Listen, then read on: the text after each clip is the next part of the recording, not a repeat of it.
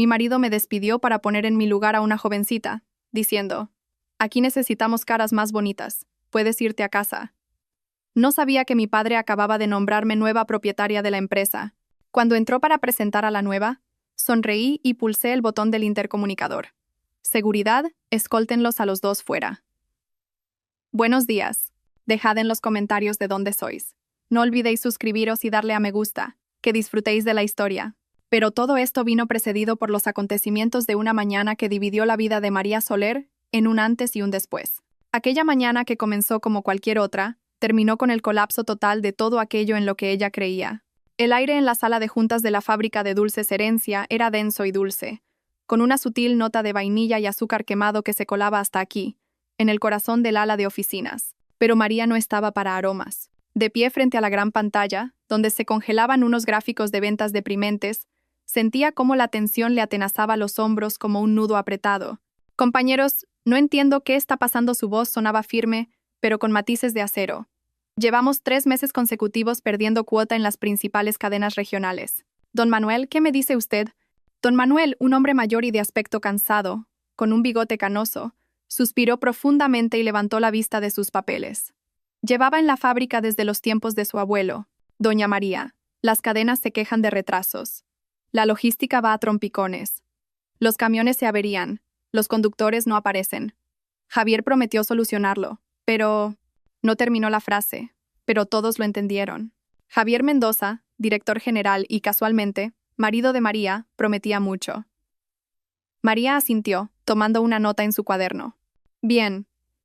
Elena, ¿qué hay de los nuevos puntos de venta? Deberíamos haber firmado el acuerdo con Mercasur la semana pasada». La joven Elena, gerente de desarrollo, se encogió en su asiento. Javier dijo que pusiéramos el proyecto en pausa. Dijo que tenía una nueva visión, que primero había que hacer un rediseño de la marca. María apretó el bolígrafo con tanta fuerza que sus nudillos se pusieron blancos. Una nueva visión, otra vez. Durante los últimos 6 meses, Javier no había hablado de otra cosa que de nueva visión, modernización y sangre fresca. Mientras tanto, la fábrica, el negocio de toda su familia, se hundía lentamente. Recorrió con la mirada a su departamento. 10 personas, 10 pares de ojos que la miraban con una mezcla de esperanza y miedo. Esperaban de ella soluciones, y ella misma se sentía atrapada. Cada orden suya, cada iniciativa, chocaba contra un muro invisible levantado por su propio marido. Pues se acabó. Comenzó con decisión. Olvidad la pausa. Elena, llama hoy mismo a Mercasur y diles que estamos listos para firmar. Don Manuel, deme una lista de todos los conductores problemáticos. Yo misma. La puerta de la sala de juntas se abrió con tal violencia que golpeó la pared. El estruendo hizo que todos se sobresaltaran. En el umbral estaba Javier, alto, con un traje caro perfectamente entallado y una sonrisa de suficiencia en su rostro cuidado. Y a su lado, aferrada a su brazo, una chica muy joven, de unos 23 años, con un vestido rojo chillón tan corto que resultaba provocador e inapropiado en las paredes de la vieja fábrica. Cabello largo y rubio, labios carnosos, y una mirada descarada y evaluadora con la que recorrió a todos los presentes, deteniéndose en María con una burla manifiesta. Un silencio sepulcral se apoderó de la sala. Todos miraban a los recién llegados. Don Manuel tosió. Elena bajó la vista hacia la mesa. Javier, la voz de María sonó hueca. «Estamos en una reunión». Estaba en una reunión, dijo él con pereza, entrando en la sala y abrazando a su acompañante por la cintura con un gesto posesivo. «Ahora estamos en plena modernización. Compañeros», recorrió a todos con una mirada teatral. «Quiero presentaros a Valeria. Es el nuevo rostro de nuestro departamento de ventas». Una mirada fresca, por así decirlo. Energía. Valeria sonrió provocadoramente, contoneando la cadera. María sintió que la sangre se le retiraba del rostro. Miraba a su marido. A esa chica. A las caras de sus subordinados petrificadas por el shock. Y no podía creer lo que estaba sucediendo. Era como una pesadilla. «No entiendo», susurró. «¿Qué nuevo rostro? Yo soy la jefa de este departamento». Javier soltó una carcajada fuerte y sonora, disfrutando de la humillación. «Jefa, María, eras la jefa. En pasado, ¿entiendes? Lo hemos estado hablando y hemos decidido que la empresa necesita una imagen nueva, más moderna. Y tus métodos, querida, están obsoletos. Como todo lo demás». Hizo una pausa, permitiendo que sus palabras calaran en el silencio. Luego se acercó a ella y, bajando la voz a un susurro burlón para que solo ella lo oyera, dijo: «Deja de aferrarte al pasado. Estás hundiendo la empresa». Y después, irguiéndose y dirigiéndose de nuevo a todos, pronunció aquellas palabras. Las palabras que se grabaron en su memoria como un hierro al rojo vivo. Aquí necesitamos caras más bonitas. Así que, María Soler, puedes irte a casa. Recoge tus cosas. Para la hora de comer no quiero ni rastro de ti por aquí. El golpe fue tan brutal que a María se le cortó la respiración. Estaba de pie en medio de su departamento, frente a la gente que había contratado, formado y defendido. Y su marido, el hombre con el que había vivido 15 años, acababa de pisotearla, en público. No solo la había despedido, la había aniquilado, la había puesto en ridículo. No recordaba cómo salió de la sala de juntas. Sus piernas se movían solas, como si no fueran suyas. Llegó a su despacho, pequeño y acogedor, con las fotos de su hija sobre la mesa, y cerró la puerta. Su mundo se redujo a un zumbido en los oídos y a un corazón que latía desbocado. «Recoge tus cosas». Le temblaban tanto las manos que no podía coger un bolígrafo de la mesa. Miró los diplomas en la pared. Mejor jefa de departamento.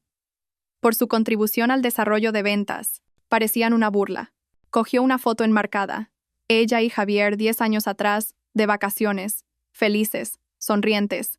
Arrojó el marco a la papelera. El cristal tintineó lastimosamente. Luego, empezó a barrer todo lo de la mesa hacia una caja de cartón, con una furia distante. Cuadernos, carpetas, su taza favorita, un regalo de su hija. Cada objeto era un fragmento de una vida pasada. Una vida que ya no existía. La puerta se entreabrió y asomó la cabeza de Javier.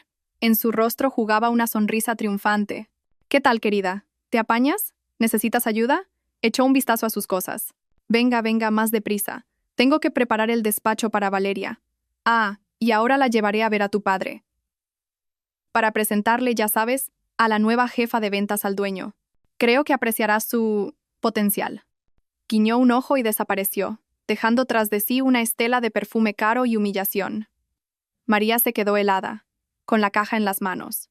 Su padre. Se imaginó a Javier irrumpiendo en su despacho con esa chica. Su padre, don Ignacio Soler, fundador de la fábrica, un hombre de la vieja escuela para quien la reputación y la familia lo eran todo. No andaba bien de salud últimamente, el corazón le fallaba, y este golpe podría ser el definitivo. Las lágrimas que había contenido todo ese tiempo, quemándole los ojos, finalmente brotaron. Se dejó caer en la silla, apoyando la cabeza en la caja. Se acabó. Ha ganado. Me ha quitado el trabajo, el orgullo, la familia, y ahora va a rematar a mi padre. Fue en ese preciso instante, en el punto más bajo de su vida, cuando sonó su móvil. La melodía era desconocida, el número también. Se secó las lágrimas y, con el dedo tembloroso, aceptó la llamada. «Dígame».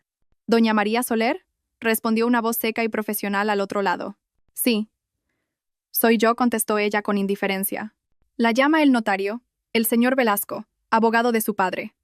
Le llamo de su parte». «¿Le ha pasado algo a mi padre?». El corazón de María dio un vuelco. «Don Ignacio está perfectamente, no se preocupe. La llamo para informarle de que el trámite ha concluido. Todos los documentos se han firmado esta mañana y ya están registrados». María frunció el ceño.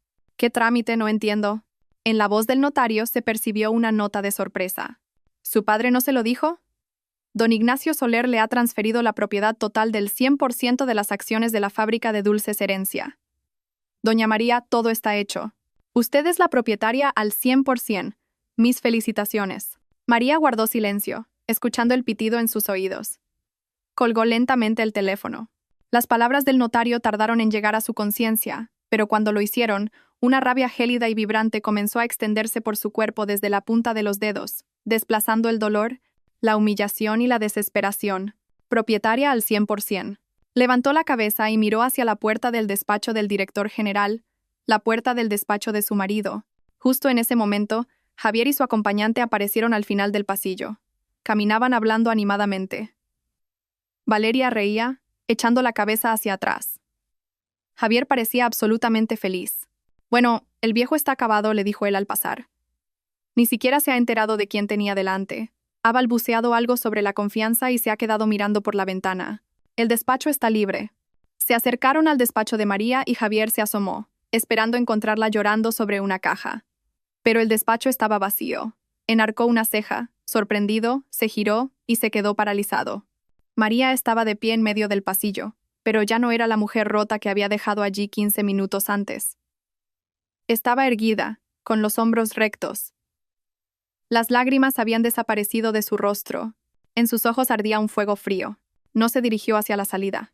En su lugar caminó lentamente, marcando cada paso, pasando junto a ellos hacia el despacho del director general, abrió la puerta y entró. Javier y Valeria se miraron, desconcertados, y la siguieron. Vieron cómo María rodeaba la imponente mesa de roble, la mesa de su padre, y después de su marido, y, con un aire extraño y distante, pasaba la mano por el caro tapizado de cuero del sillón. Luego se sentó. Se sentó en el sillón del director general, el sillón del dueño. ¿Pero qué demonios haces? Se quedó atónito Javier. ¿Te has vuelto loca de pena? Te he dicho que te largues. María levantó la vista hacia él y sonrió, una sonrisa tranquila y depredadora. Su dedo pulsó con ligereza el botón del intercomunicador en el gran panel de la mesa. Seguridad, su voz resonó por toda la planta, firme, autoritaria y completamente ajena. Que venga el jefe de seguridad a mi despacho. Inmediatamente, levantó la cabeza y miró hacia la puerta del despacho del director general, la puerta del despacho de su marido. Justo en ese momento, Javier y su acompañante aparecieron al final del pasillo. Caminaban hablando animadamente. Valeria reía, echando la cabeza hacia atrás. Javier parecía absolutamente feliz. Bueno, el viejo está acabado, le dijo él al pasar. Ni siquiera se ha enterado de quién tenía delante. Ha balbuceado algo sobre la confianza y se ha quedado mirando por la ventana. Medio minuto después, el jefe de seguridad apareció, jadeando, en la puerta. ¿Doña María? ¿Me llamaba? María no le dedicó ni una mirada. Tenía los ojos fijos en el rostro petrificado e incomprensivo de Javier. Sí, dijo con el mismo tono glacial. Escorte al señor Mendoza y a esta mujer fuera del edificio. Ya no trabajan aquí. El jefe de seguridad, un hombre robusto acostumbrado a obedecer órdenes, se quedó paralizado por un segundo. Era tuya, respondió María tranquilamente, sin apartar la vista de él. Ahora es mía. ¿Y usted? Desvió la mirada hacia el jefe de seguridad. Cumpla la orden. El hombre tragó saliva. Había visto los documentos que firmó don Ignacio. Sabía que el viejo dueño estaba preparando algo, y la mirada de doña María en ese momento no admitía réplica. Hizo un gesto a sus dos subordinados, que esperaban en la entrada. Sáquenlos. Los guardias, dos jóvenes fornidos, entraron en el despacho. Javier rugió como una bestia herida. Os voy a machacar a todos. Os echaré a la calle. Tú. Señaló a María con el dedo. Te arrepentirás de haber nacido. ¿Te das cuenta de lo que has hecho, estúpida? Intentó abalanzarse hacia la mesa, pero los guardias lo sujetaron por los brazos.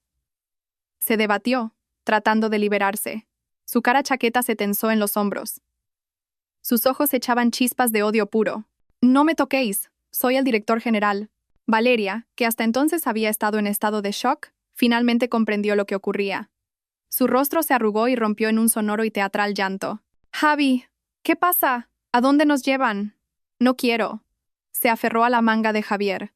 Pero uno de los guardias, con suavidad pero con firmeza, le soltó los dedos y la condujo hacia la salida. Ella lo siguió, sollozando y mirando hacia atrás. Los gritos de Javier resonaron por todo el piso mientras lo arrastraban por el pasillo. Traidora, te destruiré, me las pagarás. Las puertas de los despachos se entreabrían, y de ellas asomaban los rostros asustados y curiosos de los empleados. La noticia se extendía por la fábrica a la velocidad del fuego. María permaneció sentada en el sillón, escuchando los gritos que se alejaban. No sentía triunfo, solo un vacío frío y resonante en su interior. Lo había hecho. Había cruzado el Rubicón. Ya no había vuelta atrás. Cuando los gritos se apagaron en la distancia, se levantó, recorrió el enorme despacho y se acercó a la ventana. Abajo, en la plaza principal, frente a la entrada, se desarrollaba el acto final. Los guardias prácticamente empujaron a Javier y a Valeria fuera de la verja. Javier, ya en la calle, gritó algo más hacia su ventana, gesticulando furiosamente. Valeria estaba a su lado, llorando y emborronando su caro maquillaje por la cara. Los obreros, que habían salido a fumar un cigarrillo, observaban el espectáculo con la boca abierta. La escena era grandiosa y humillante. Caos. Eso era lo que él había dejado tras de sí. Y ahora le tocaba a ella limpiar ese caos. Volvió a la mesa y pulsó de nuevo el botón del intercomunicador. Que venga la secretaria del director general. Un minuto después, Olga, una joven que había trabajado con Javier los últimos 2 años, entró tímidamente en el despacho. Estaba pálida y asustada. Doña María. Olga, en 15 minutos. Reunión general de todos los empleados en el salón de actos. Avise a todo el mundo. Jefes de taller, encargados, contabilidad, el departamento de ventas. A todos. La asistencia es obligatoria. Pero Javier Mendoza ya no trabaja aquí, la cortó María. Cumpla mis órdenes. Olga asintió y salió rápidamente por la puerta, dejando a María sola. 15 minutos. Tenía 15 minutos para transformarse de una esposa humillada en una propietaria de pleno derecho. Se acercó al espejo con marco tallado que colgaba en la pared. Le devolvió la mirada a una mujer con los ojos encendidos, el pelo revuelto y manchas rojas en el cuello. Se arregló rápidamente el peinado, se lavó la cara con agua fría de la jarra que había sobre una mesa auxiliar y enderezó los hombros. Fuerza. Ahora mismo solo debía irradiar fuerza. Cuando entró en el salón de actos, este ya zumbaba como una colmena alborotada. Cientos de personas, desde simples trabajadoras de la cadena de montaje con sus batas blancas hasta directivos de oficina con sus trajes, estaban de pie en grupos, cuchicheando nerviosamente. A su llegada, el murmullo cesó.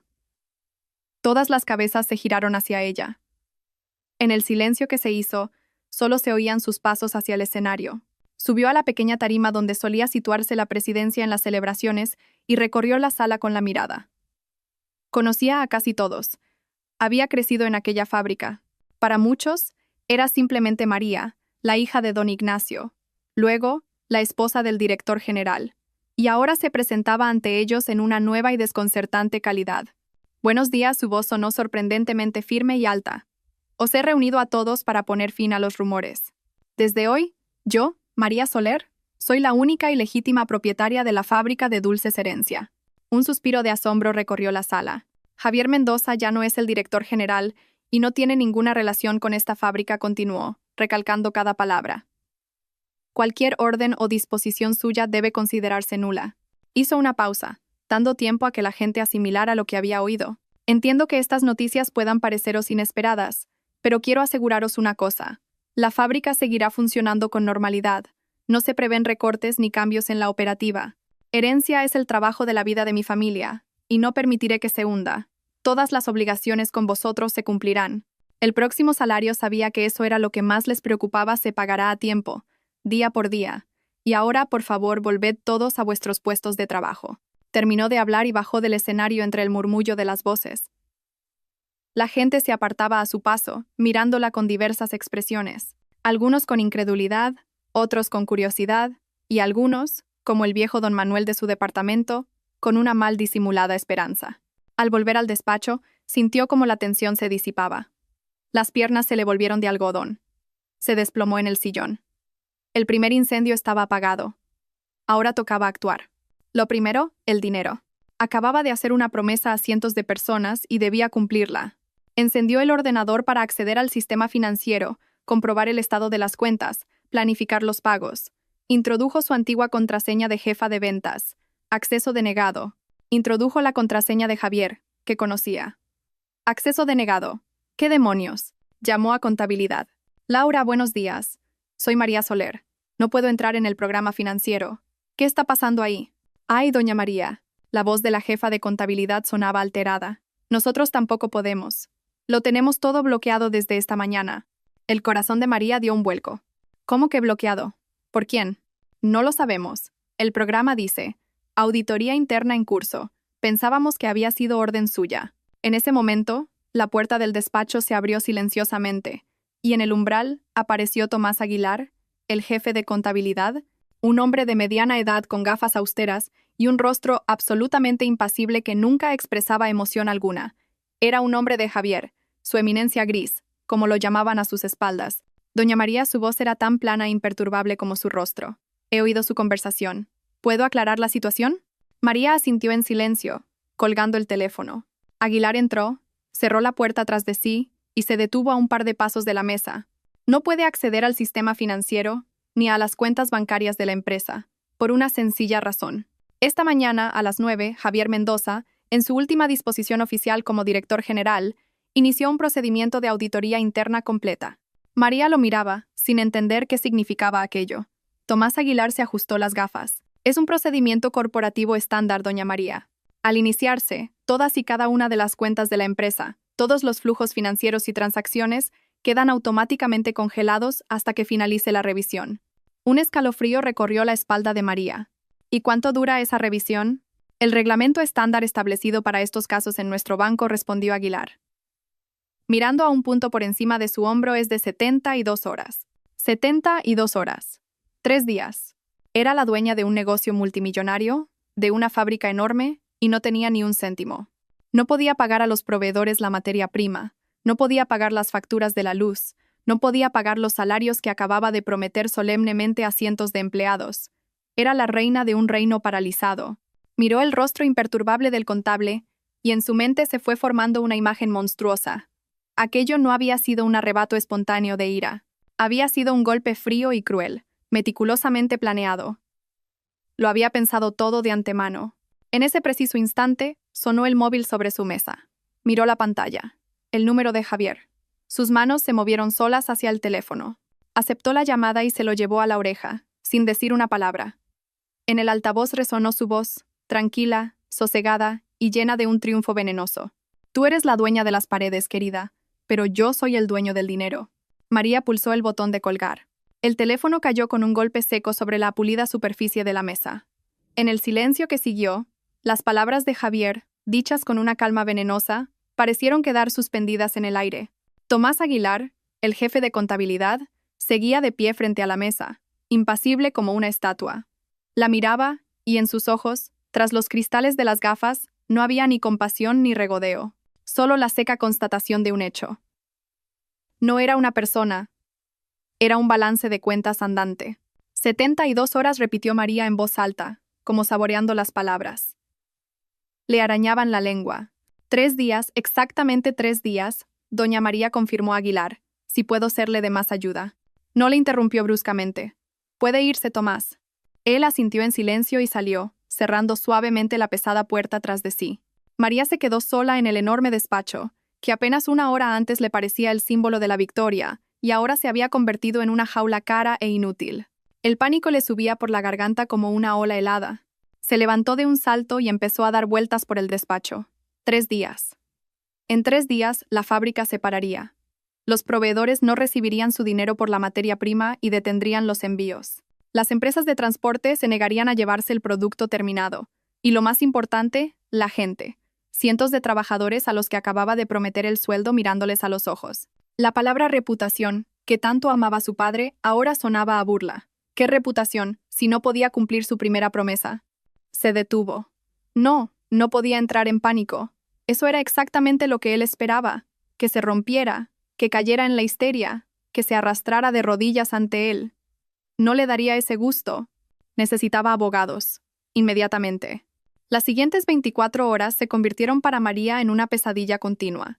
No se fue de la fábrica, durmió allí mismo, en el sillón, cayendo de vez en cuando en un sueño pesado y pegajoso. El teléfono echaba humo. El primero al que llamó fue al abogado de la familia, el anciano don Pedro. Se lamentó largo y tendido, chasqueó la lengua y al final se encogió de hombros con impotencia. Formalmente, Javier había actuado dentro de sus competencias como director general. Una auditoría era un procedimiento legal.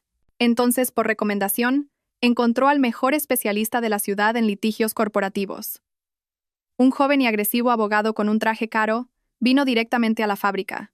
Se paseaba con seguridad por el despacho, soltando tecnicismos y prometiendo resolver el asunto con una sola llamada a la dirección del banco. Pero después de la llamada, su seguridad mermó.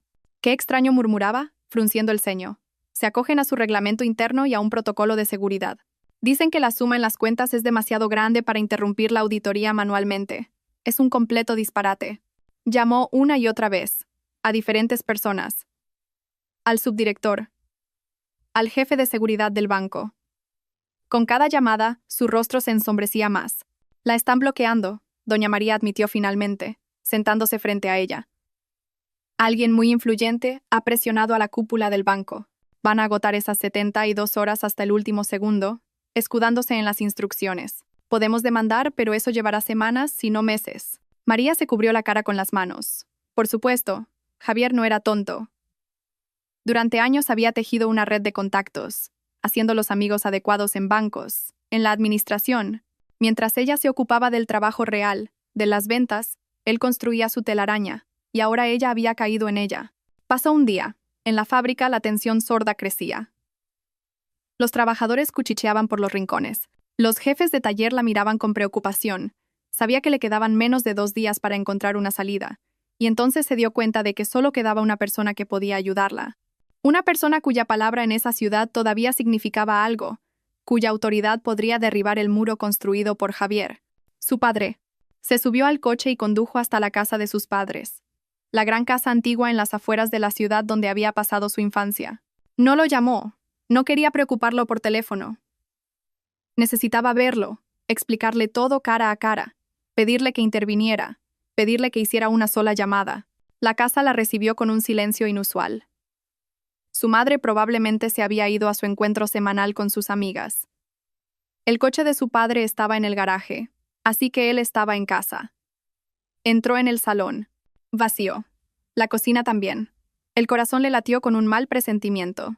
Se dirigió a su despacho, al final del pasillo. La puerta estaba entreabierta y de dentro llegaban voces. Una era la de su padre, baja, como rota, y la segunda voz la habría reconocido entre mil. Fría, autoritaria, con notas metálicas. La voz de su suegra, Isabel de Mendoza. María se quedó helada, y luego empujó la puerta con decisión. Su padre, don Ignacio Soler, estaba sentado en su imponente escritorio. Tenía un aspecto terrible, pálido, demacrado, con ojeras oscuras. Miraba a un punto fijo, como si no se diera cuenta de nada a su alrededor. Y frente a él, en la silla de visitas, con la espalda perfectamente recta, estaba sentada Isabel. Con un estricto traje oscuro y un collar de perlas, lucía, como siempre, impecable y fría como una estatua de mármol. Al ver a María, no se sorprendió. En sus finos labios apareció una ligera sonrisa condescendiente. «Vaya, aquí está la heroína del día», dijo con su tono gélido. «Entra, María. No seas tímida. Estábamos teniendo una pequeña intervención familiar, intentando detener tu histeria antes de que destruyas por completo lo que gente inteligente ha construido». María la ignoró. Corrió hacia su padre. Papá, ¿qué te pasa? ¿Qué hace ella aquí?» Don Ignacio levantó lentamente la vista hacia ella. Había en sus ojos tal desolación y tal sentimiento de culpa que a María se le encogió el corazón. No respondió, solo negó con la cabeza. «Tu padre, querida, por fin ha visto la luz», tomó la palabra Isabel, levantándose del sillón. Rodeó lentamente la mesa y se colocó detrás de don Ignacio, posando las manos sobre sus hombros como una serpiente enroscándose en su presa. «Se ha dado cuenta de que tus acciones impulsivas y emocionales pueden costarnos a todos muy caro. Tu despido de Javier, esa niñería, me ha obligado a tomar contramedidas». «¿Qué contramedidas?», graznó María. «Esta es mi fábrica. Tú no tienes nada que ver con ella». Isabel soltó una risa baja y desagradable. «Oh, querida, eres tan ingenua. ¿Crees que esto es un juego de niños? ¿Crees que se puede echar a la calle a mi hijo así como así? No. Toda acción tiene sus consecuencias». Cogió de la mesa una gruesa carpeta de documentos y se la tendió a María. «Léelo. Creo que te interesará». Con manos temblorosas, María cogió la carpeta y la abrió. La primera hoja era un contrato de préstamo privado. Recorrió las líneas con la mirada. Prestamista, Isabel de Mendoza. Prestatario, Ignacio Soler. La cantidad. La cantidad era tal que a María se le nubló la vista. Varios millones de euros. El contrato había sido firmado hacía 5 años. «¿Qué? ¿Qué es esto?», susurró, levantando la vista hacia su suegra. «Esto, querida, es una deuda», explicó Isabel con calma. «Una pequeña ayuda que le ofrecía tu padre cuando tuvo unas dificultades temporales. Por supuesto, bajo ciertas garantías. En el contrato hay una cláusula interesante, la número 7, apartado B. En caso de acciones imprevistas por parte del prestatario o de personas afiliadas a él que puedan causar un perjuicio al estado financiero de la familia Mendoza, el prestamista tiene derecho a exigir la devolución inmediata de la totalidad de la deuda. La auditoría que inició mi hijo para salvar la empresa de tu incompetente gestión y tu posterior despido ilegal. Eso es exactamente esa cláusula». Hizo una pausa, disfrutando del efecto. «Así que, María, exijo que me devuelvas toda la suma, íntegramente». María miraba alternativamente el contrato y el rostro pálido y mortal de su padre. Todavía no lo entendía del todo. Era una deuda personal de él. ¿Qué tenía que ver la fábrica? Mi padre no tiene ese dinero, dijo con voz ahogada. Lo sabes perfectamente. Lo sé, asintió Isabel. Su sonrisa se ensanchó. Por eso preví una garantía. Pasa a la última página, querida. Anexo número 1. María pasó varias hojas. Anexo número 1. Acta de valoración de la propiedad en garantía. Y lo que leyó hizo que el suelo se abriera bajo sus pies. La garantía de esta deuda, dijo Isabel lentamente, con pausas, clavando cada palabra en el cerebro de María como un clavo, es el edificio principal de producción de la fábrica de Dulces Herencia. Con toda su maquinaria, te doy 48 horas para devolver la deuda. Si en 48 horas el dinero no está en mi cuenta, vendré personalmente a la fábrica y me llevaré mi propiedad. Tu padre, hace muchos años, se jugó en secreto el corazón de vuestra empresa, y perdió. La carpeta con el contrato en sus manos parecía pesada como una lápida. El papel susurraba, y ese sonido era lo único que María oía a través del zumbido en sus oídos. Sin decir una palabra, se dio la vuelta y salió del despacho de su padre. No lo miró a él ni a Isabel. La mirada de su suegra, llena de un triunfo glacial, la sentía en la espalda. La quemaba como un hierro candente. Caminó por la casa en la que había crecido, pasando junto a las fotos de las paredes, los muebles familiares, pero sin ver nada. Se movía como un autómata. Se subió al coche, arrancó el motor y condujo. No sabía a dónde. Simplemente condujo por las calles nocturnas hasta que las luces de la ciudad se fundieron en una sola franja borrosa. 48 horas. Una suma de dinero imposible, absurda. Y la garantía. El corazón de la fábrica, el taller de producción principal. No era solo un golpe, era una sentencia de muerte. Javier y su madre no solo querían arruinarla, querían arrancarle el alma al trabajo de su vida, a la herencia de su familia, y pisotearla a la vista de toda la ciudad. La despertó el claxon de un coche que pasaba. Estaba parada en un semáforo en medio de una calle vacía. Miró el reloj y vio que ya había pasado una hora. Una hora de las 48 que le habían dado. Dio la vuelta y regresó a la fábrica. Era el único lugar donde no se sentía completamente aplastada. Su fortaleza, la que estaban a punto de arrebatarle. En el despacho del director, una luz de servicio estaba encendida. El silencio era opresivo. María se acercó a la enorme ventana y miró el recinto. Allí estaba, el taller principal. Un enorme edificio de ladrillo, construido por su abuelo. De noche, parecía un gigante dormido. Su gigante, al que debía salvar o perder para siempre. Se sentó en el escritorio y cerró los ojos, intentando pensar. Todos los caminos estaban cortados. Los bancos, inútil. Javier lo había bloqueado todo. Los amigos, nadie en la ciudad tenía tanto dinero en efectivo. Vender algo, tenía su piso, su coche, una casa de campo. Todo junto no cubría ni una décima parte de la deuda. Estaba en una trampa perfectamente planeada y sin salida. Y cuando la desesperación casi la asfixiaba físicamente, algo hizo clic en su cerebro. La idea era una locura, arriesgada, casi ilegal. Pero no había otra. Si no tenía acceso al dinero, entonces debía crear nuevo dinero. Dinero en efectivo. Aquí y ahora. Se levantó de un salto, y su cerebro, acostumbrado durante años a resolver problemas de ventas, empezó a trabajar a una velocidad vertiginosa. Producción. Tenía que poner en marcha la producción, hacer un lote de producto y venderlo por dinero en efectivo. Pero, ¿cómo? Toda la materia prima del almacén principal estaba inventariada. Cualquier movimiento se registraba en el sistema, al que no tenía acceso. Seguramente Javier también había previsto eso. María cogió de la mesa un gran manojo de llaves viejas, las llaves de todas las dependencias de la fábrica, que siempre había estado en el cajón de su padre. Salió corriendo del despacho y no se dirigió al almacén principal, sino al ala vieja, donde se encontraban los almacenes auxiliares abandonados hacía mucho tiempo. Rebuscó entre las llaves con manos temblorosas, probando una tras otra en las cerraduras oxidadas. Finalmente, una de las puertas cedió con un chirrido. Un denso olor a polvo y a algo dulce le golpeó la nariz. Pulsó el interruptor. Una bombilla tenue se encendió bajo el techo, y vio lo que esperaba encontrar. Era un antiguo almacén de reserva del que, al parecer, todo el mundo se había olvidado, incluido Javier. A lo largo de las paredes había sacos de cacao, azúcar, cajas de frutos secos, no tanto como en el almacén principal, pero suficiente. Suficiente para un lote grande, muy grande. Ahora necesitaba gente. Gente que la siguiera, gente para la que Herencia no fuera solo un lugar de trabajo. Volvió al despacho y empezó a llamar. No a los jefes, no a los gerentes. Llamó a los maestros artesanos, a los que habían trabajado con su padre. El primero al que llamó fue a don Pablo, el jefe del taller de chocolate. Un anciano que había dedicado 40 años de su vida a la fábrica. Descolgó al primer tono, como si estuviera esperando. Don Pablo, soy María Soler. Necesito su ayuda. Es muy urgente. Hablaba deprisa, atropelladamente, explicando la situación. No lo de la deuda, no. Dijo que estaban intentando apoderarse de la fábrica, que las cuentas estaban congeladas y que la única forma de pagar el sueldo a la gente era producir urgentemente un lote para venderlo. El viejo maestro la escuchaba en silencio. Cuando terminó, hubo un silencio de unos segundos al otro lado de la línea. Eso es ilegal, doña María dijo finalmente con su voz ronca. Trabajar en turno de noche, sin órdenes de producción, sin documentos. Lo sé, respondió ella. Lo sé todo. Pero no hay otra salida. O nos arriesgamos o en 2 días no habrá fábrica. De nuevo, silencio. Y luego oyó su profundo suspiro. Reúna a la gente. Estaré allí en 1 hora.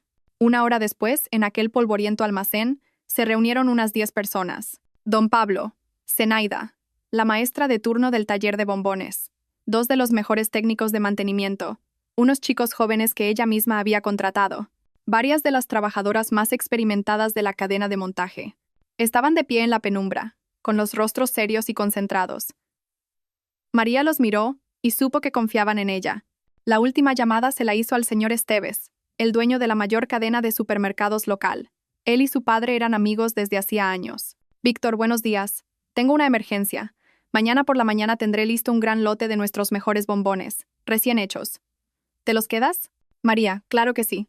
Pásame la factura, como siempre. No le interrumpió. Necesito el dinero en efectivo, en el momento de la carga. Sin papeles. Luego lo regularizaré todo, te lo juro. Ahora mismo, solo puede ser así. Esteves guardó silencio. Era un hombre de negocios y entendía que detrás de una petición así había un gran problema. De acuerdo, dijo finalmente. Mi camión estará en tu muelle de carga mañana a las 6 de la mañana. El conductor llevará el dinero. María, ten cuidado, no te metas en líos. La noche se convirtió en un febril trabajo clandestino. Encendieron las luces solo en un ala del taller. Los técnicos de mantenimiento hacían magia con la maquinaria, poniendo en marcha la línea. Las mujeres, como sombras, se deslizaban entre las enormes cubas donde se fundía el chocolate. Don Pablo, como un director de orquesta, dirigía todo el proceso. Sus órdenes en voz baja resonaban en el taller silencioso. El aroma a chocolate caliente y vainilla se mezclaba con el olor a peligro y esperanza. María estaba con ellos. Acarreaba sacos, ayudaba en la cadena, empaquetaba cajas. Trabajaba codo con todos, y eso los unía más que cualquier palabra. Eran conspiradores, salvando su hogar común. A las 5 de la mañana, todo estaba listo. Cientos de cajas con los bombones más populares y caros estaban cuidadosamente apiladas en palés. Estaban todos agotados, pero en sus rostros había satisfacción. Lo habían conseguido. Exactamente a las 6, como había prometido Esteves, un gran camión con el logotipo de su cadena se acercó lentamente al muelle de carga. El conductor bajó y asintió a María. ¿Listos para cargar? Listos, exhaló ella, aliviada. Los trabajadores que habían salido a fumar antes del turno de mañana observaban con asombro la carga nocturna. Los hombres de su brigada secreta comenzaron a empujar los palés hacia el camión. Parecía que lo peor ya había pasado. Y en ese momento, cuando el primer palé ya estaba entrando en la caja del camión, desde la carretera principal, una furgoneta blanca sin distintivos se acercó frenando con un chirrido. Frenó bruscamente, bloqueando la salida del camión. Las puertas se abrieron de golpe y salieron 2 hombres con trajes grises. Uno de ellos mostró una placa. Inspección Sanitaria Regional. Control no programado. Detengan la producción. Cancelen la carga. El corazón de María se desplomó. Pero eso no era todo. Detrás de la furgoneta de los inspectores, entró en el recinto un microbús con el logotipo del principal canal de televisión de la ciudad. De él saltó un cámara y una periodista con un micrófono. Javier. Era obra suya. Le había echado encima a todo el mundo. El inspector, sin prestar atención a nadie, pasó junto a una María petrificada y entró directamente en el taller de donde acababan de sacar el producto. Los periodistas corrían tras él. La cámara grababa ávidamente todo a su alrededor.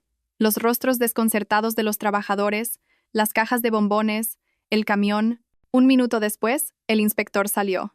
Su rostro era una mezcla de asco y severidad. Se acercó a la periodista, que inmediatamente le tendió el micrófono.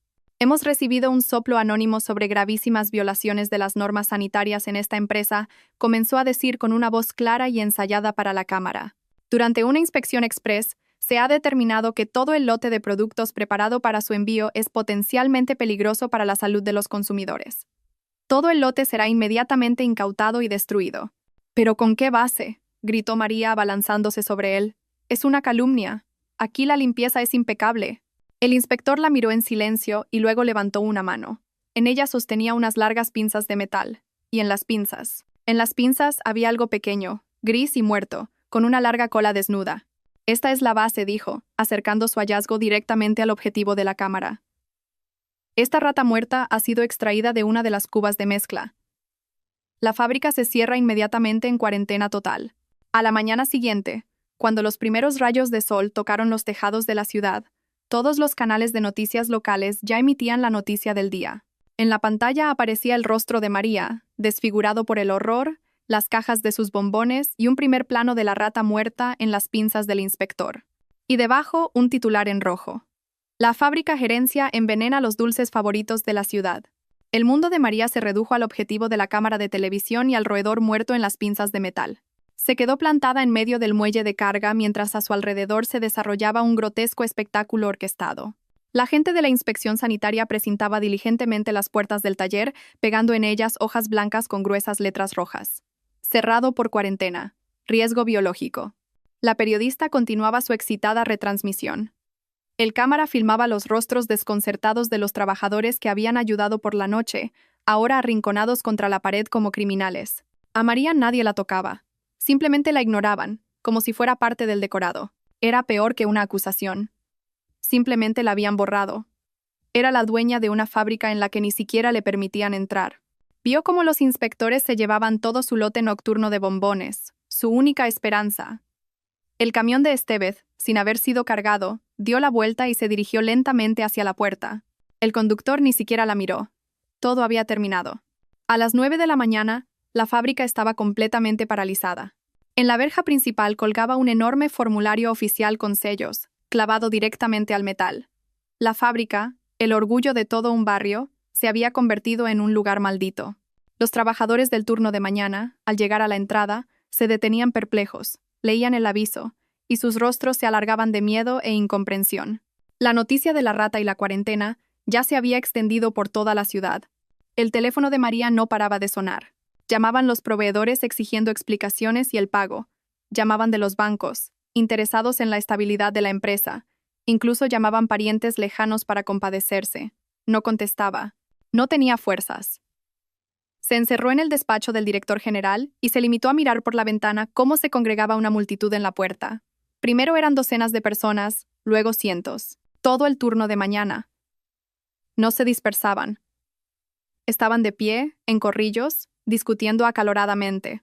Su miedo, acumulado en los últimos días por el retraso del sueldo, había encontrado ahora una salida. Y esa salida era la ira. «Es culpa suya», le llegaban fragmentos de gritos. «Menuda gestión. Con su padre esto no pasaba. Él no lo habría permitido. Cerrarán la fábrica. ¿Y nosotros qué? ¿Con qué pagamos las hipotecas? Nos ha avergonzado ante toda la ciudad. Han llamado veneno a nuestra herencia». María miraba sus rostros, familiares, queridos. Ahí estaba la tía Valle, del taller de bombones, que le regalaba caramelos de niña. Ahí estaba Miguel, el técnico, a quien ayudó a conseguir una plaza para su hijo en la guardería. Ahora miraban hacia su ventana con odio. Creían que ella era la culpable de todo, su incompetencia, su estúpida guerra con su marido. Javier lo había calculado todo a la perfección. No solo había destruido su reputación ante la ciudad, la había destruido ante su propia gente. Y entonces, él apareció, como un mesías. Su reluciente coche negro se acercó lentamente a la verja por el otro lado, y él salió. No era el hombre humillado y gritón que la seguridad había arrastrado. Iba vestido con un traje impecable. Su rostro estaba lleno de pesar y determinación. Parecía un hombre que venía a salvar lo que le era querido. Las cámaras de televisión que hacían guardia en la puerta se giraron inmediatamente hacia él. La multitud de trabajadores se alborotó y se acercó. «Don Javier, menos mal que ha venido. Díganos qué va a pasar». Javier levantó la mano, pidiendo silencio. Se subió a un pequeño parapeto de hormigón para que todos pudieran verlo y oírlo. Recorrió a la multitud con una mirada llena de compasión. Mis queridos compañeros, amigos. Su voz, amplificada por el micrófono de la periodista, resonó en la plaza. Se me parte el corazón al ver esto, al ver en qué han convertido nuestra fábrica, nuestra herencia. Hizo una pausa dramática. He dedicado 10 años de mi vida a este lugar. Llegué como un simple gerente y junto a vosotros, codo con codo, hicimos de herencia la mejor empresa de la región. Sois mi familia, y me duele ver cómo nuestro hogar común se desmorona ante nuestros ojos. La multitud escuchaba, conteniendo la respiración. Lo que ha ocurrido hoy es una vergüenza terrible. Pero no es vuestra culpa, exclamó. Es culpa de una persona que ha puesto sus ambiciones personales, su orgullo, por encima del bienestar de cientos de personas. Una persona que decidió que podía dirigir la fábrica simplemente por derecho de nacimiento. «Tiene razón», gritó alguien entre la multitud. Intenté detenerla, continuó Javier, con la voz quebrada por una emoción sincera. Preparé un plan de modernización para sacarnos de la crisis, pero a mí simplemente me echaron. Y ahora todos vemos el resultado de esta gestión imprudente. Producción parada. La vergüenza ante todo el país y los bolsillos vacíos para vosotros, los que alimentáis a vuestras familias con un trabajo honesto. La multitud rugió como un enjambre alborotado. La ira crecía. Pero no permitiré que esto ocurra, tronó Javier. Os lo prometo. Lo arreglaré todo. Limpiaré el nombre de nuestra fábrica de esta suciedad. Negociaré con la inspección. Encontraré el dinero. Juro que cada uno de vosotros recibirá su sueldo hasta el último céntimo. Confiamos en usted, don Javier. Es nuestra única esperanza. Pero necesito vuestra ayuda, les imploró. Ahora mismo no soy nadie, un simple ciudadano de a pie. Y ella, señaló con la mano las ventanas del despacho del director, a María. Está ahí sentada, calentita y segura, escondiéndose de vosotros. Tiene que irse. Tiene que renunciar a la dirección y entregársela a alguien que pueda salvar la fábrica. Saltó del parapeto y se dirigió directamente a la multitud. Id y exigidle que se vaya. Decidle que la fábrica no es su juguete, es vuestra vida. Obligadla a salir. Esas palabras fueron como una chispa arrojada a un barril de pólvora. La multitud rugió. Todo su miedo, toda su rabia, toda su incertidumbre sobre el mañana se enfocaron en un solo objetivo. Ella, María, encerrada en su despacho. Y se pusieron en marcha. Primero lentamente, luego cada vez más rápido. Cientos de personas, como una enorme ola gris, se abalanzaron sobre la entrada principal del edificio administrativo. María se apartó de la ventana de un salto. Oía el creciente clamor de las voces coreando: «Soler, sal», estaba sola. En el enorme edificio no había un alma, excepto la seguridad en la planta baja. Pero, ¿qué podían hacer contra esa multitud enfurecida? El primer golpe en la puerta de cristal de abajo sonó como un disparo. Luego otro. Y otro. Intentaban derribar la puerta. Estaban asaltando su fortaleza. María se quedó en medio del despacho, paralizada por el terror. Miraba la puerta de su despacho, esperando que la arrancaran de cuajo y la multitud irrumpiera.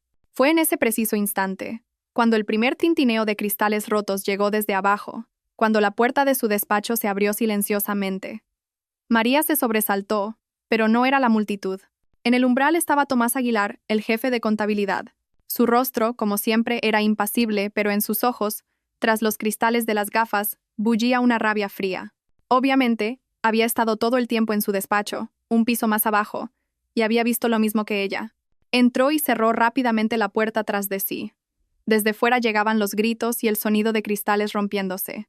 «Aléjese de la ventana», le espetó. Su voz era cortante, como un latigazo. María no se movió, seguía mirando a la multitud enfurecida. Estaba en shock. Entonces él se acercó, la agarró bruscamente del brazo y la apartó de la ventana, hacia el interior del despacho. «Deje de mirarlos», le siseó directamente en la cara. En su mano apretaba un pequeño libro de tapa dura negra. Un pequeño libro de contabilidad. «¿Cree que todo esto es por una rata? ¿Cree que solo quiere la fábrica?» Agitó el libro ante su nariz. «Javier no solo la está llevando a la bancarrota, está preparando el terreno para culparme de todos los delitos financieros que ha cometido durante años. Piensa quemar todos los puentes y dejarme a mí en las cenizas, para que responda ante el fiscal». Aquí golpeó la tapa negra con el dedo. «Tengo la contabilidad real. Todos sus chanchullos, todas las comisiones, todas las empresas fantasma. Ayúdeme a destruirlo, y yo la ayudaré a salvar su empresa». Las palabras de Tomás y el peso del libro negro en su mano sacaron a María de su estupor por un instante. El rugido de la multitud tras la ventana se convirtió en un simple telón de fondo. Miró el rostro impenetrable del contable y luego la puerta, que él había cerrado con llave desde dentro. ¿Qué es eso?, preguntó con voz ronca, señalando el libro. Nuestro seguro. El mío y quizás el suyo, replicó él. Ahora siéntese y escuche. Tenemos poco tiempo. Tarde o temprano derribarán las puertas. Se acercó a la enorme mesa del director, apartó los inútiles papeles de María y abrió el libro negro. María, como en un sueño, se acercó y se sentó frente a él. Desde fuera llegaba el rugido de la multitud y los golpes sordos contra las paredes del edificio. Las páginas del libro estaban llenas de la letra menuda y apretada de Aguilar. Cifras, fechas, nombres de empresas desconocidas. Era el lado oscuro de su próspera vida. La cara oculta de la fábrica, de cuya existencia María ni siquiera sospechaba. Mire aquí, Tomás señaló una de las líneas. Oriente Holdings, S.L. registrada hace 3 años. Fundador un testaferro, un indigente de la estación de Atocha. Pero el verdadero propietario... Pasó varias páginas y le mostró la copia de un poder notarial, Isabel de Mendoza. Su suegra. María examinó los documentos y un escalofrío le recorrió la espalda. ¿Para qué? Porque durante estos 3 años, Javier Mendoza ha estado llevando deliberadamente a herencia a la quiebra, explicó Tomás, con la calma de un profesor universitario. Fíjese, contratos de compra de materia prima a precios inflados a través de empresas intermediarias. La diferencia iba a parar a las cuentas de Oriente. Y aquí, la baja de equipos en perfecto estado como obsoletos, y su venta a precio de saldo a la misma empresa. Y aquí, contratos ficticios de investigación de mercado, de servicios de consultoría. Millones, doña María. Decenas de millones de euros se desviaban cada año de la fábrica y fluían al bolsillo de su suegra. Le estaba chupando la sangre a herencia, debilitándola. Ella escuchaba, y en su mente se formaba una imagen monstruosa. Todos esos años, mientras ella luchaba por cada contrato, por cada punto porcentual de ventas, él, a sus espaldas, destruía metódicamente el negocio de su padre. ¿Por qué?, repitió su pregunta, aunque ya intuía la respuesta. Era el director general. Podía simplemente coger el dinero. No le bastaba, sonrió Tomás sin una pizca de alegría. No quería ser solo un yerno rico. Quería ser el dueño. El único dueño. El plan era simple y brillante. Llevar la fábrica al borde de la quiebra, acumular deudas, y entonces... entonces aparezco yo, terminó María por él. Mi padre me transfiere el 100% de las acciones, y todos sus planes se van al traste. Exactamente. Eso les obligó a acelerar y a jugar sucio, asintió Aguilar. Su divorcio y su despido público se convirtieron en la excusa perfecta. La auditoría que inició no era solo para congelar las cuentas. Su objetivo principal era ocultar las huellas de estos años de desfalco. En 3 días, mi gente debía limpiar todos los servidores, toda la contabilidad, y echarme a mí la culpa del agujero. ¿Y la rata? Él hizo una mueca de asco. La rata es solo la guinda del pastel. La excusa para detener la producción, anular todos los contratos vigentes por fuerza mayor y declarar la fábrica insolvente. Pasó la última página. El final debía ser este. Isabel de Mendoza, con el pagaré de la deuda, se queda con el edificio del taller. Y Oriente Holdings, como único acreedor al que la fábrica debe un montón de dinero por contratos ficticios, compra los activos restantes por 4 duros. Una OPA hostil limpia, bonita y totalmente legal. Y usted, doña María, se queda sin nada. Con la reputación por los suelos y llena de deudas. María se reclinó en el respaldo del sillón. Le costaba respirar. La traición era tan total, tan abrumadora, que su mente se negaba a aceptarla. No era solo su marido. Era un enemigo que había vivido años con ella bajo el mismo techo, dormido en la misma cama. Le había sonreído en el desayuno y, a sangre fría, había preparado su destrucción. Pero ahora... Miró el libro negro. Ahora tenemos pruebas. Podemos ir a la policía. Tomás negó con la cabeza. No tan rápido. El contrato de deuda de su padre sigue en vigor. En cuanto usted acuse a Isabel, ella presentará inmediatamente ese pagaré, y su padre será humillado públicamente. Se convertirá en el hombre que perdió su fábrica jugando a las cartas, hipotecándosela a su consuegra. ¿Soportaría usted ese golpe a su reputación? Ella no lo soportaría, y su padre tampoco. Su corazón, ya débil, simplemente se detendría ante tal vergüenza. De nuevo estaban en una trampa. Tenían un arma, pero no podían usarla sin herirse a sí mismos. Entonces, ¿qué hacemos?, susurró ella. No lo sé por primera vez. En la voz de Aguilar se oyó incertidumbre. Yo puedo salvarme. Con estos documentos puedo llegar a un acuerdo con la fiscalía. Pero para salvar la fábrica, en ese momento, llamaron a la puerta del despacho. No como la multitud, que golpeaba, sino suave e insistentemente. María y Tomás se quedaron helados, mirándose. ¿Quién es?, preguntó María en voz alta. María, soy yo. Abre. La voz de su padre. María corrió hacia la puerta y giró la llave. En el umbral estaba don Ignacio. No llevaba abrigo, solo una chaqueta. Su rostro estaba gris, exhausto. Al parecer había venido justo después de que Isabel se fuera y de alguna manera había entrado en el edificio por la puerta de atrás. Su mirada se posó en el libro abierto sobre la mesa, en el rostro pálido de Aguilar. Lo entendió todo. Lo he oído todo, dijo en voz baja, entrando en el despacho y cerrando la puerta tras de sí. Estaba escuchando detrás de la puerta. Se dejó caer pesadamente en el sillón que María acababa de dejar. Tenías razón, Tomás. Querían destruirlo todo. Y el único culpable soy yo. María se acercó a él, se arrodilló junto al sillón. Papá, no digas eso. Encontraremos una solución. Él negó con la cabeza, mirando a un punto vacío. No, hija. Debes saber toda la verdad. Esa deuda no tenía nada que ver con la fábrica. Herencia nunca necesitó el dinero de Isabel. María y Tomás se miraron. Entonces, ¿por qué? ¿Por qué le pediste ese dinero? Don Ignacio sonrió con amargura. Porque soy un viejo tonto y arrogante. Porque dejé que tu marido me engañara. Hizo una pausa reuniendo fuerzas. Hace unos 7 años, cuando Javier empezaba a ganar poder, vino a verme con una idea genial. Un negocio paralelo supuestamente muy rentable, unas inversiones en tecnologías innovadoras en Europa. Lo pintaba todo tan bonito, me mostraba gráficos, garantizaba un beneficio del 100%, decía que era nuestra oportunidad para dar un salto cualitativo. Él hablaba y María escuchaba. Un nuevo horror aún más profundo la invadía. Me convenció de que invirtiera no el dinero de la fábrica, no. Dijo que debía ser un secreto entre nosotros. Me convenció de que invirtiera mis ahorros personales, todo lo que había ahorrado en mi vida, para mi vejez, para tu dote. Se calló, tragando un nudo en la garganta. Por supuesto, resultó ser una estafa. 6 meses después, la empresa fantasma a la que transferí el dinero desapareció, junto con el dinero. Lo perdí todo. Estaba destrozado, no tanto por el dinero como por la vergüenza. Yo, un viejo industrial, me había dejado engañar como un niño.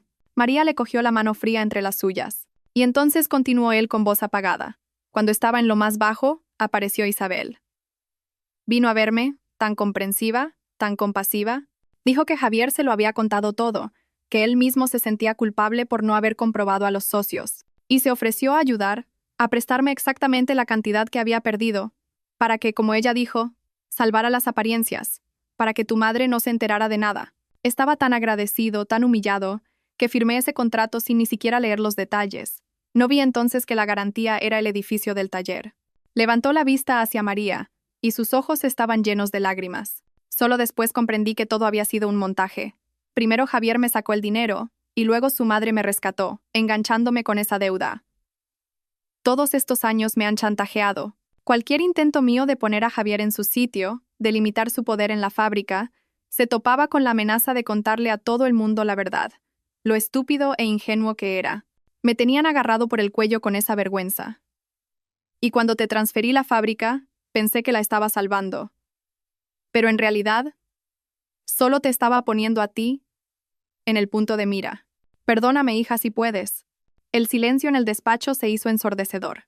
El rugido de la multitud tras la ventana parecía haberse calmado, relegado a un segundo plano. La confesión de su padre quedó suspendida en el aire, pesada como el plomo. María miraba su rostro demacrado y roto, y por primera vez en los últimos días no sintió rabia, sino un dolor agudo y penetrante. Dolor por él, por su humillación. «Está bien», papá dijo, apretándole la mano. «Saldremos de esta. Ahora todo está bien». Era mentira. Nada estaba bien. Ahora todo era aún peor. Me convenció de que invirtiera mis ahorros personales, todo lo que había ahorrado en mi vida, para mi vejez, para tu dote. Se calló, tragando un nudo en la garganta. Por supuesto, resultó ser una estafa. 6 meses después, la empresa fantasma a la que transferí el dinero desapareció, junto con el dinero. Lo perdí todo. Estaba destrozado, no tanto por el dinero como por la vergüenza. Yo, un viejo industrial, me había dejado engañar como un niño. Estaba tan agradecido, tan humillado, que firmé ese contrato sin ni siquiera leer los detalles. No vi entonces que la garantía era el edificio del taller. Levantó la vista hacia María, y sus ojos estaban llenos de lágrimas. Solo después comprendí que todo había sido un montaje. Primero Javier me sacó el dinero, y luego su madre me rescató, enganchándome con esa deuda. Todos estos años me han chantajeado. Ya no era solo una guerra corporativa. Era una sucia historia familiar, llena de chantaje y engaño. Tomás tenía razón. Con esto no se podía ir a la policía. Isabel y Javier sacarían inmediatamente a la luz esta historia. Lo presentarían como una disputa familiar, una pelea financiera entre suegro y yerno. Hundirían la reputación de su padre en el fango y ellos saldrían impunes. ¿Y la fábrica? La fábrica moriría de todos modos. No podemos dejar que ganen, dijo Tomás, rompiendo el silencio. Valeria dijo en voz alta. Su padre y Tomás la miraron sin comprender. La amante de Javier, la chica que trajo para reemplazarme. ¿Ella? Resopló Tomás con escepticismo. ¿En qué puede ayudar esa cabeza hueca? Javier ya la habrá tirado como un pañuelo usado. Exacto, asintió María. Precisamente por eso nos ayudará. Sabía que el tiempo se agotaba. Quedaba poco más de un día para que expirara el ultimátum de Isabel. Papá, vete a casa con mamá, compórtate como si nada. Ni una palabra, ni una insinuación de que has estado aquí. Tú no has estado aquí. Tomás se giró hacia el contable. Hágame copias de las páginas clave de su libro, las más convincentes, y espere mi llamada. No explicó su plan, simplemente sintió que era su única oportunidad. Encontrar a Valeria no fue difícil. Mientras Javier vivía en la gran casa de campo que compartía con María, a su amante le alquilaba un piso en la ciudad, un pequeño apartamento en un edificio nuevo de lujo. María sabía la dirección. Salió del edificio por la misma puerta trasera por la que había entrado su padre. Se subió al coche y condujo. La multitud en la verja seguía alborotada, pero su furia parecía haber amainado. La gente simplemente estaba allí, sin saber qué hacer. Al llegar al edificio, María se quedó un buen rato en el coche, ordenando sus pensamientos. ¿Qué le diría? ¿Cómo la haría hablar? ¿Amenazándola? ¿Apelando a su compasión? No. Con gente como Valeria, había que hablar su idioma. El idioma del beneficio. Subió al 7º piso.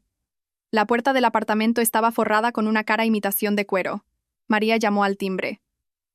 Detrás de la puerta se oyeron unos pasos arrastrados. Luego, el sonido de una cerradura. En el umbral apareció Valeria, sin maquillaje, con los ojos hinchados de llorar y un albornoz viejo. No se parecía en nada a la depredadora deslumbrante que Javier había llevado a la fábrica. Era solo una niña asustada y perdida. La única forma de ganar esta guerra era a la vista de toda la ciudad. No bastaba con demostrar su inocencia. Había que destapar toda su mentira, de tal manera que no quedara piedra sobre piedra. ¿Pero cómo? La contabilidad B y el testimonio de su padre no eran suficientes. Era su palabra contra la de ellos. Necesitaba a alguien más, un testigo, alguien de su bando. Y entonces lo entendió. No necesitaba solo un testigo. Necesitaba a su peón más débil, más vulnerable y más resentido. Dentro reinaba el desorden. Ropa tirada, cajas de pizza vacías. Era evidente que Javier la había abandonado justo después del fiasco en la fábrica.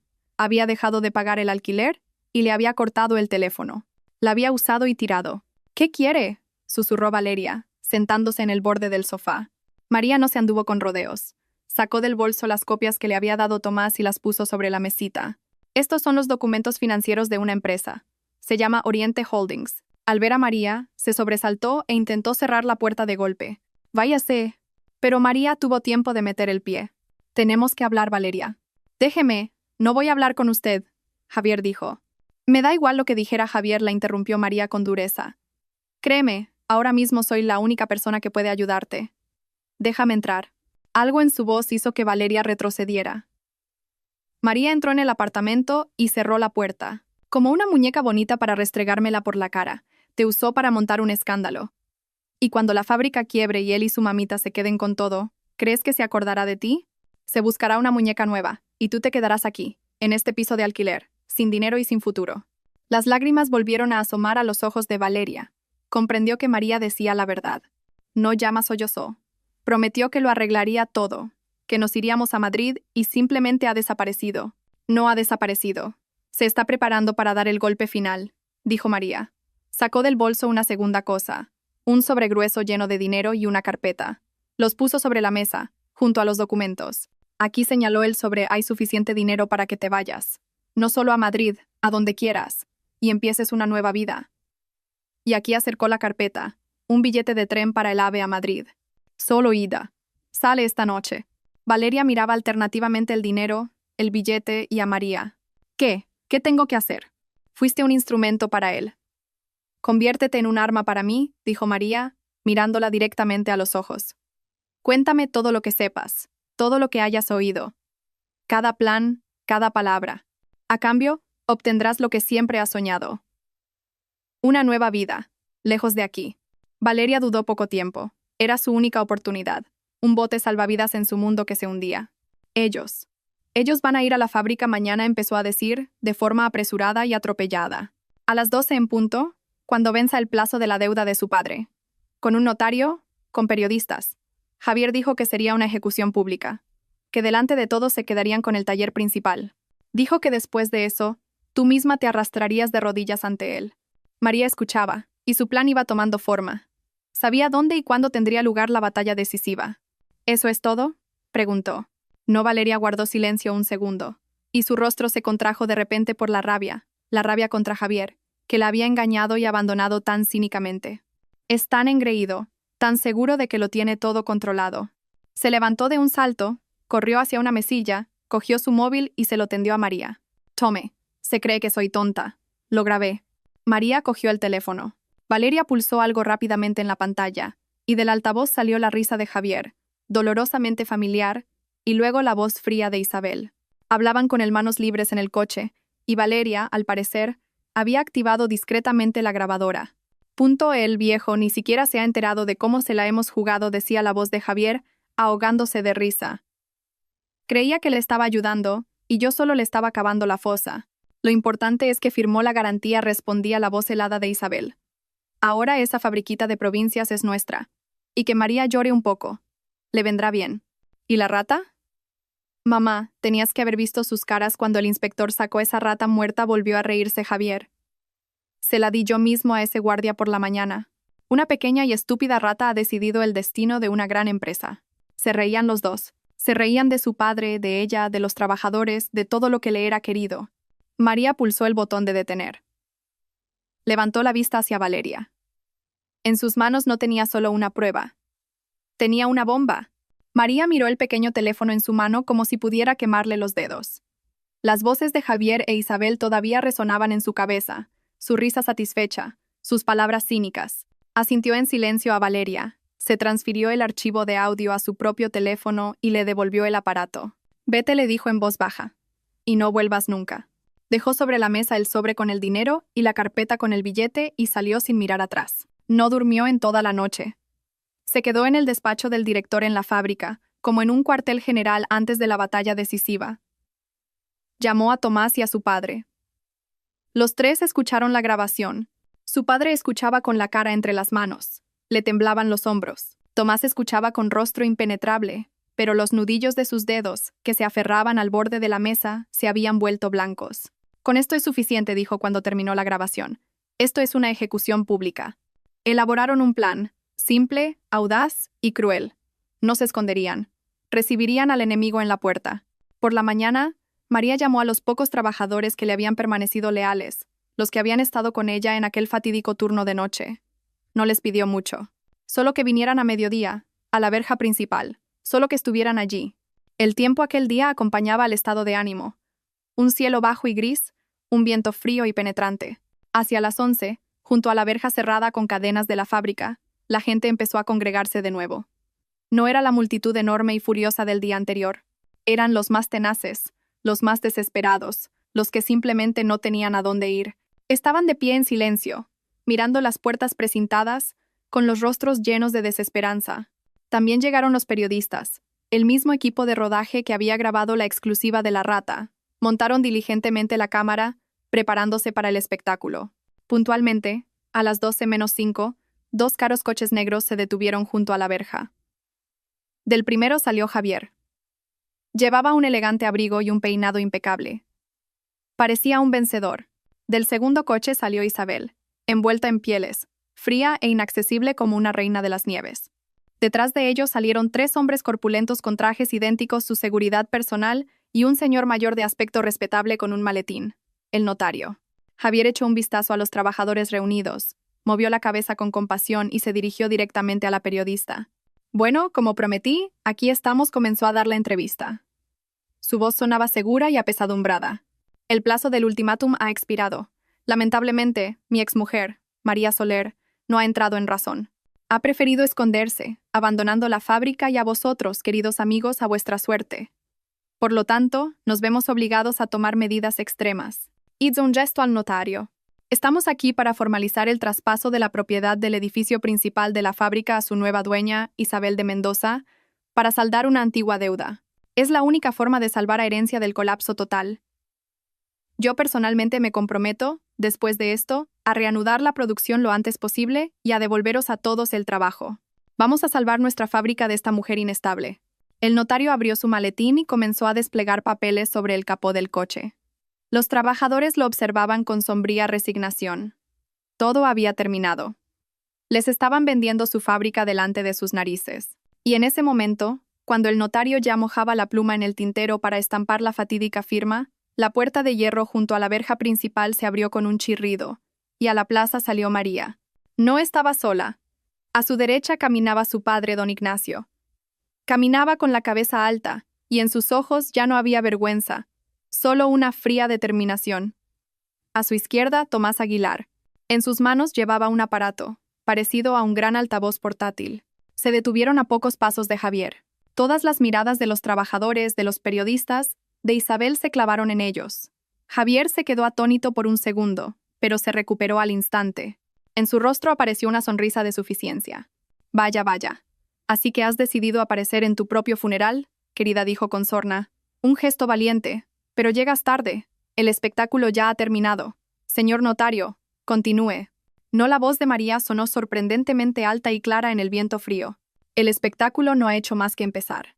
Miró, no a Javier, sino a los trabajadores, a sus rostros cansados y engañados.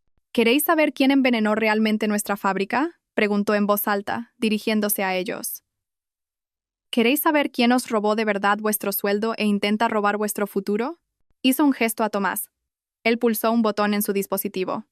Un segundo de silencio. Y entonces, sobre la plaza, amplificada por el potente altavoz, resonó la risa alegre y sonora de Javier.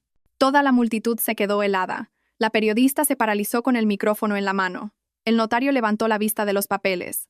Su mano con la pluma quedó suspendida en el aire. Y del altavoz continuó la conversación. El viejo ni siquiera se ha enterado de cómo se la hemos jugado, se reía la voz de Javier. Creía que le estaba ayudando, y yo solo le estaba cavando la fosa. Lo importante es que firmó la garantía, respondía la voz helada de Isabel. Ahora esa fabriquita de provincias es nuestra. Y que María llore un poco. Le vendrá bien. El rostro de Javier, a la vista de todos, cambió de color. De satisfecho pasó a desconcertado, y luego a blanco como el papel. Isabel se aferró a su bolso.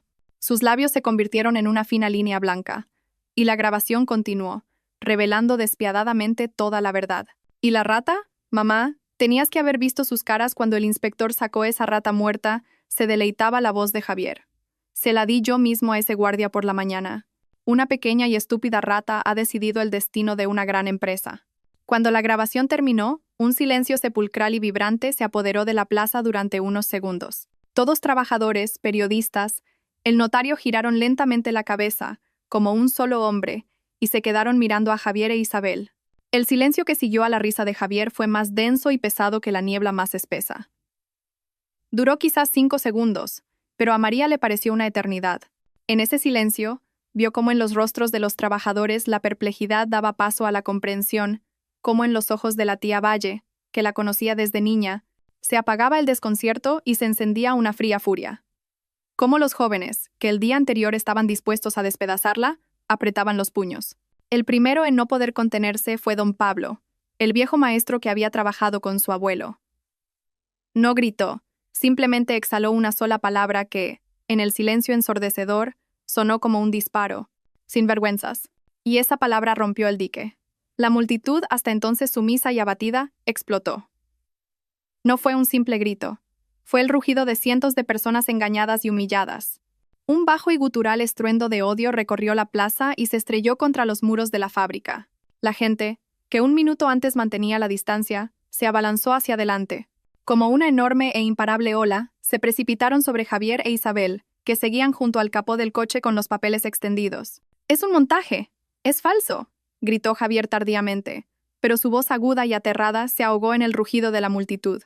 Retrocedió un paso, luego otro, hasta chocar con la espalda contra el frío metal de la verja. Su rostro, hasta hacía poco reluciente de satisfacción, se había convertido en una máscara pálida y asustada.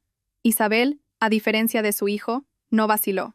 Se irguió, y su rostro se petrificó, convirtiéndose en un modelo de frío desprecio aristocrático.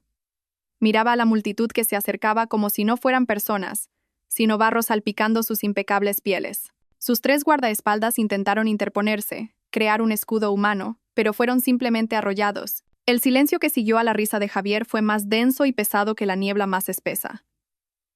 Duró quizás 5 segundos, pero a María le pareció una eternidad.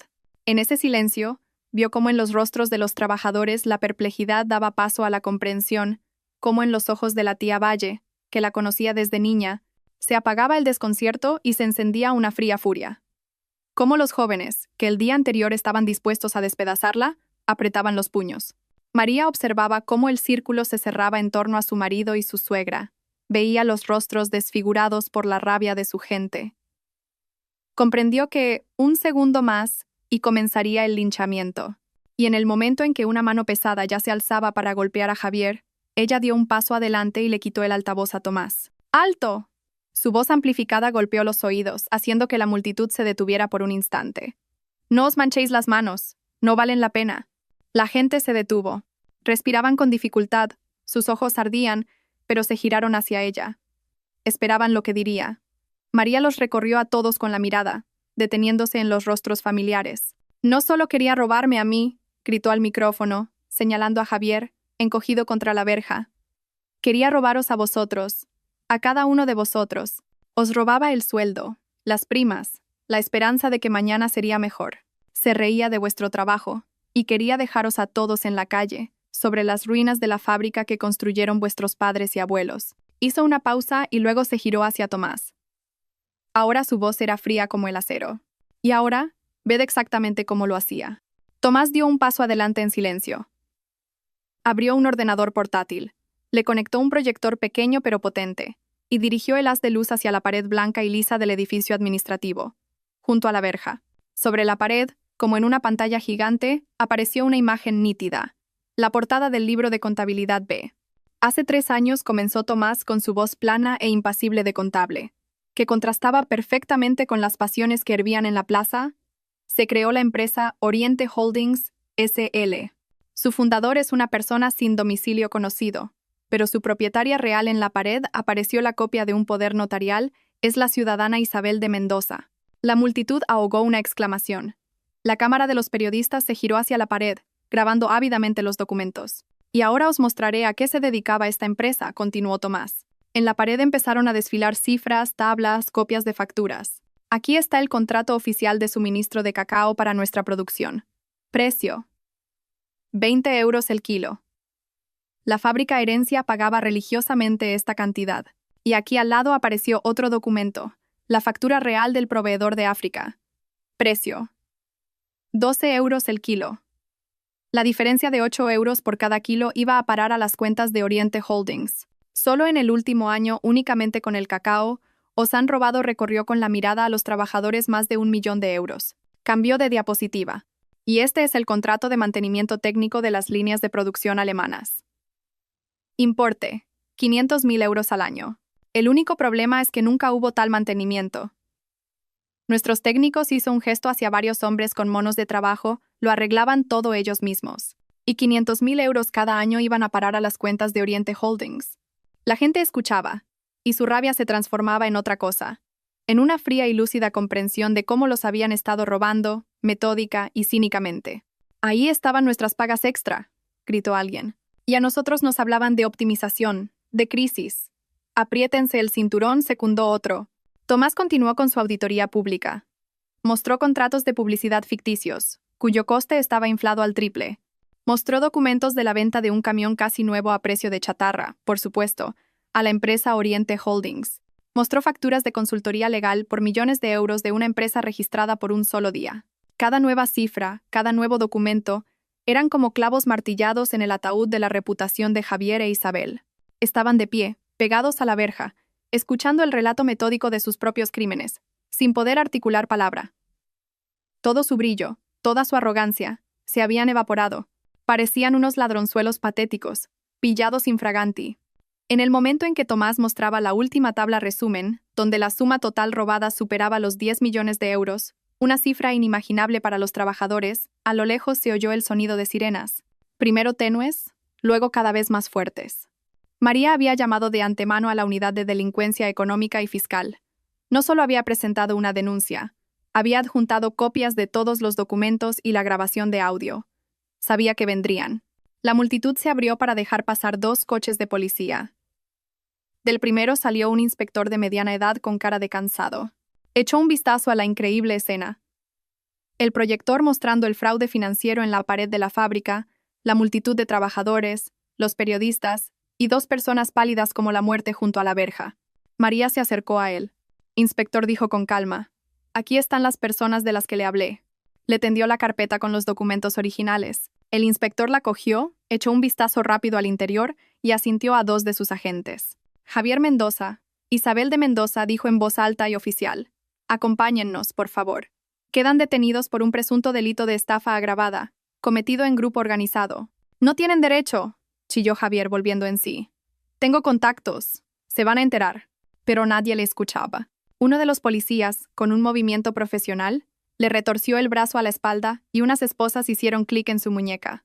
Isabel no se resistió. Solo lanzó a María una mirada llena de un odio tan feroz que ella se estremeció involuntariamente. Luego, enderezó la espalda con orgullo y, sin agacharse, caminó hacia el coche de policía, como si subiera a un patíbulo. Cuando los metieron en los coches y estos, con las sirenas puestas, comenzaron a dar la vuelta lentamente, la multitud guardó silencio. Nadie les gritó maldiciones.